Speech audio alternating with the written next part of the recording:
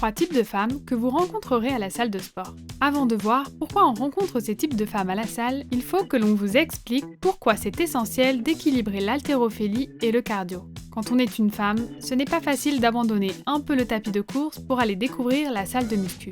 On a un peu peur d'y aller et de se ridiculiser devant tout le monde. Mais un jour ou l'autre, il faut bien essayer. La muscu, c'est essentiel pour continuer à progresser. Cela arrive de temps en temps qu'une femme s'aventure dans la section de muscu, mais c'est rare. À travers cette vidéo, nous essayons de comprendre pourquoi afin de briser les clichés. Après quelques temps à la salle de sport, on s'habitue aux gens et on ne fait plus attention au regard autour de soi. Et on ne cherche pas non plus à attirer l'attention. Alors si votre objectif, c'est de progresser sur le long terme, oubliez le regard des autres quand vous arrivez. Travaillez pour vous et ne fuyez pas la salle de muscu. C'est difficile de commencer le travail avec des haltères parce qu'on n'a aucun soutien féminin. Mais ça peut aussi aider à faire abstraction des regards autour de soi. Qu'il y ait des hommes ou des femmes, il ne faut pas que ça vous perturbe. Alors le mieux, quand on est une femme, c'est de commencer par faire les exercices comme un homme. Avec le temps, vous apprendrez à adapter les exercices à votre morphologie, à vos points forts et à vos points faibles. Il faut du temps pour s'habituer à ce nouvel environnement, presque uniquement masculin. Mais au bout d'un moment, on découvre les différents types de personnes et comment leur parler ou pas. Il y a les poseurs de base, ceux qui se reposent entre les séries pour prendre des selfies dans le miroir ou partager leurs performances avec toute la planète. Il y en a qui viennent juste pour sociabiliser. Ils passent plus de temps à parler à leurs potes qu'à s'entraîner. Il y a bien sûr aussi les petits nouveaux. On les repère parce qu'ils utilisent tous les accessoires qu'ils trouvent et qu'ils font des mouvements complètement incohérents. Enfin, il y a ceux qui arrivent, qui mettent leurs écouteurs et qui se donnent à fond pendant toute leur séance. L'idée, c'est de ne pas considérer les gens autour de soi avant tout comme des hommes ou des femmes. Il faut se dire que ce sont juste des gens avec différentes expériences qui peuvent vous apprendre de nouvelles choses.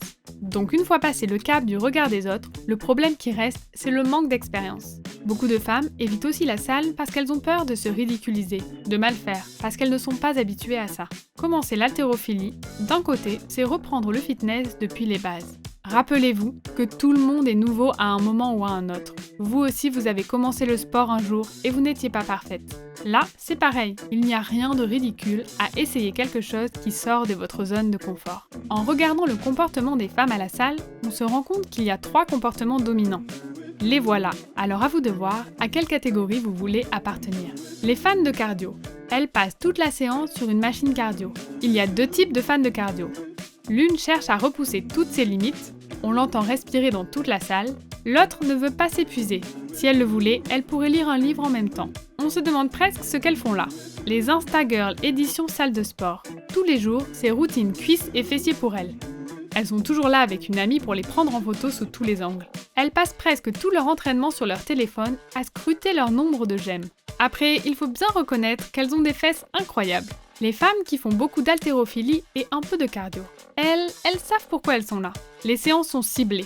Elles ne sont pas là pour se faire voir, elles ne sont pas gênées par ce qu'elles font ou par leur apparence.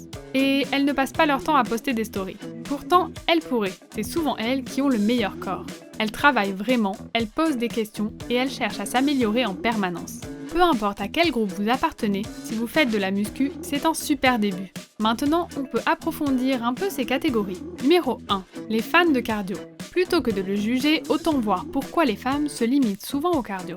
L'intimidation peut enchaîner les femmes au tapis de course. La principale raison à ça, c'est que les hommes objectivent les femmes dans les salles de sport. Alors, on évite la salle de muscu où ils sont en majorité.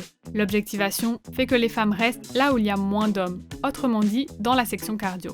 Mais c'est à double tranchant, parce que les hommes se moquent aussi des femmes qui ne font rien d'autre que du vélo elliptique et du tapis de course. À cause des regards indésirables, les femmes ne peuvent pas s'occuper efficacement de leur santé et de leur remise en forme. On limite notre potentiel parce qu'on est intimidé. Le mur invisible entre la section des femmes et la section des hommes est tellement ancré dans la routine des femmes que c'est très difficile de se diversifier. Selon la journaliste Radhika Sangani, les femmes se sentent jugées et malvenues dans la section des poids et des haltères. L'idée d'être constamment regardées par les hommes les dissuade d'essayer quoi que ce soit d'autre que le tapis roulant. L'ignorance et les mythes empêchent les femmes de modifier leurs habitudes. Beaucoup de gens pensent que si une femme soulève des poids, elle va se transformer en un monstre de muscles, une sorte de Hulk repoussant. C'est entièrement faux. Pour avoir un corps bodybuildé comme on l'imagine, il faut suivre un entraînement très spécifique, très intense et suivre un régime très strict. Et même comme ça prend des années. Pour la plupart des femmes, c'est même le contraire. Si vous soulevez des poids et des haltères régulièrement, vous avez dû voir que ça permet d'avoir une silhouette plus tonique. Les muscles accélèrent le métabolisme. Ça veut dire qu'on brûle plus de graisse et qu'on a des courbes là où il faut. Arrêtez le cardio à tout prix et allez soulever des poids. Les exercices d'aérobic et les séances de course sont parfaits pour le cardio. Mais le problème, c'est qu'ils font brûler à la fois les graisses et les muscles. En fait, le meilleur moyen de perdre la graisse stockée par le corps en conservant son tonus musculaire, c'est la musculation. Votre masse musculaire influence beaucoup votre métabolisme au repos. Donc si vous voulez perdre du poids, le meilleur moyen, c'est de vous muscler. Numéro 2. Les Instagirls édition salle de sport. Si vous suivez des comptes de fitness sur Instagram, vous avez forcément déjà vu passer des centaines de routines pour les cuisses et les fessiers. Le nombre de routines et d'exercices pour le bas du corps a explosé, que ça nous plaise ou non. Il n'y a qu'une seule raison à ça, les réseaux sociaux. Quand les hommes postent des photos d'eux à la salle, c'est pour montrer le haut du corps. Par contre, les femmes mettent surtout en avant le bas du corps, les fesses et les jambes. Il y a une théorie sur ce phénomène. Les hommes ont souvent plus de force dans le haut du corps que les femmes. Du coup, c'est devenu un symbole de virilité et les hommes se concentrent plus sur cette partie du corps. A l'inverse, les femmes ont plus de force dans le bas du corps. Par contre, il semble que c'est parce que les femmes travaillent plus cette partie qu'elles ont plus de force et non pas l'inverse. Bien sûr, il y a des limites à respecter. Si vous ne faites que des exercices pour les fessiers super intenses, vous allez être complètement disproportionné. Ça n'empêche pas que les jambes routines sont un excellent moyen de brûler des calories tout en faisant un peu de cardio. Numéro 3. Les femmes confiantes et sérieuses dans leur travail. L'idéal, c'est de trouver un bon équilibre entre les séances de cardio et la musculation. Pour ça, il faut avoir confiance en soi. Une fois qu'on a trouvé le courage de quitter la salle de cardio, le plus dur est fait. Les femmes ont aussi leur atout. On a souvent une approche du fitness plus équilibrée que les hommes qui se contentent de la muscu. En plus, une fois que les femmes ont surmonté leur réticence initiale, elles adoptent des routines beaucoup plus complètes et beaucoup plus efficaces que les hommes. Souvent, elles trouvent un mix parfait entre la cardio, musculation et pratiques corps-esprit comme le yoga ou le tai chi. Les avantages d'un bon équilibre entre cardio et musculation. Il y a plein de bonnes raisons d'équilibrer le cardio et l'haltérophilie. Ça renforce les tissus conjonctifs, ce qui ralentit la perte musculaire due au vieillissement. Ça augmente la densité osseuse, ce qui diminue les risques de blessures.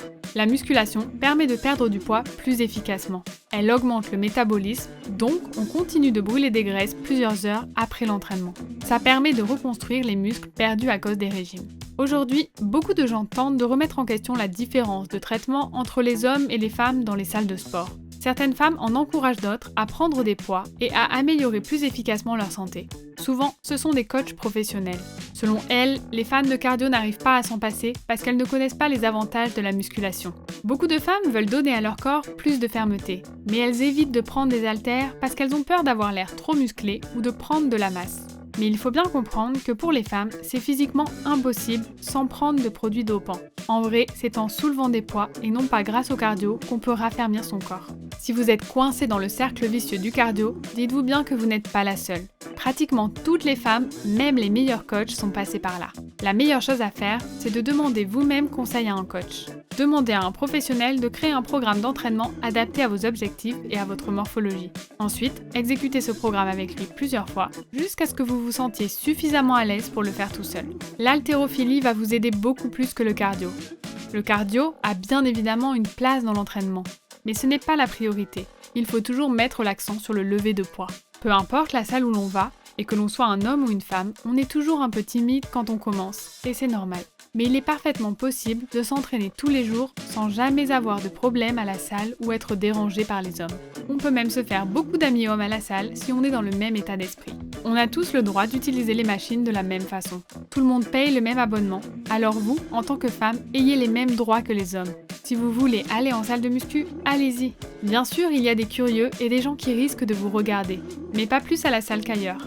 Si vous apprenez à les ignorer et à vous concentrer sur votre travail, très vite vous ferez abstraction de tout ça et vous progresserez. Pour les femmes qui sont là pour alimenter leur compte Insta, tout le monde a le droit d'aller à la salle et d'y faire ce qu'il veut, dans le respect du règlement de la salle, bien évidemment. Si vous n'êtes pas d'accord avec les messages véhiculés par certains posts sur les réseaux sociaux, vous êtes parfaitement libre de ne pas y adhérer. Mais si ça permet à d'autres femmes de soulever des poids, d'aller à la salle de sport, de rester motivées et inspirées, c'est une bonne chose. On peut même féliciter ces femmes qui ont confiance en leur corps et qui l'assument. En réalité, Tous ceux qui se retrouvent à la salle ont déjà fait l'effort de venir et de travailler pour améliorer leur santé. Ils ont déjà fait le premier pas et c'est le plus difficile. Mais maintenant, il faudrait voir plus de femmes dans les salles de musculation. Il est temps d'oublier un peu le regard des autres et de se concentrer sur soi-même. Et vous, allez-vous à la salle de musculation ? Comment vous vous sentez quand vous y êtes ?